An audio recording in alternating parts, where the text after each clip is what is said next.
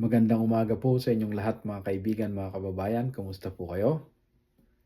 Isa pong malamig na umaga dito po sa malayong kanluran. Napakalamig po ngayon dito. Bibigyan lamang po natin ng konting reaksyon o yung komento, yun pong kumakalat na video o post ni Katunying or Anthony Taberna sa kanyang Facebook account. No? At mukhang nagbabago ang ihip ng hangin. Nagbabago ang ihip ng hangin kay kabayan Anthony Taberna, aka Katunying. Kung nakita po ninyo yung kanyang posting doon, ay sinasabi niya na ako'y naniniwala. Naniniwala ako na malakas ang porsyentuhan dyan sa House of Representatives maging sa Senado. At hinihimok ko si Pangulong Bongbong na aksyonan. At kung hindi niya ito aaksyonan, ibig sabihin, kinukonsinti niya ang graft and corruption sa Kongreso. Di ba? Matindi.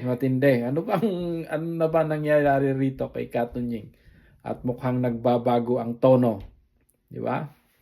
Dahil mantakin mo, dahil siya ay naniniwala on the basis of his belief. He's calling the president to act this rampant graft and corruption in Congress. Apakandi. Nananawagan siya sa kataas-taasang opisyal ng pamahalaan na aksyonan yung kanyang paniniwala.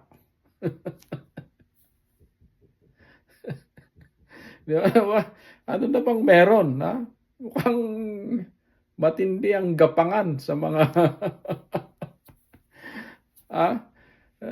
ako makakita ng isang sikat na media personality na nang dahil lamang sa kanyang paniniwala, nang dahil lamang sa kanyang kutob, na malakas ang graft and corruption dyan sa Kongreso, ay hinihimok niya. Di ba? Alam mo, Katunying, hindi po ito paniniwala sa Diyos. Hindi ito paniniwala sa ating may kapal na kahit hindi po natin nakikita, naniniwala tayo na totoo. Di ba? Hindi po dahil sa batas ng Diyos, okay yon. Naniniwala tayo dahil kahit hindi natin nakikita. Pero dito sa batas ng tao, hindi ubra yung dahil naniniwala ka lang. Diba? Na mayroong graft and corruption. Ibig sabihin, pagka sinabi mong graft and corruption, that is a crime. And when you speak of a crime, you need to specify the particular act and the perpetrator of the criminal act. Yan po ang batas ng tao. At kung meron kang partikular na alam na nagkakaroon ng graft and corruption dyan sa Kongreso, bilang mamamayang Pilipino, obligasyon mo na ito ay iparating sa kaukulang tanggapan at yan ang Office of the Ombudsman. Di ba?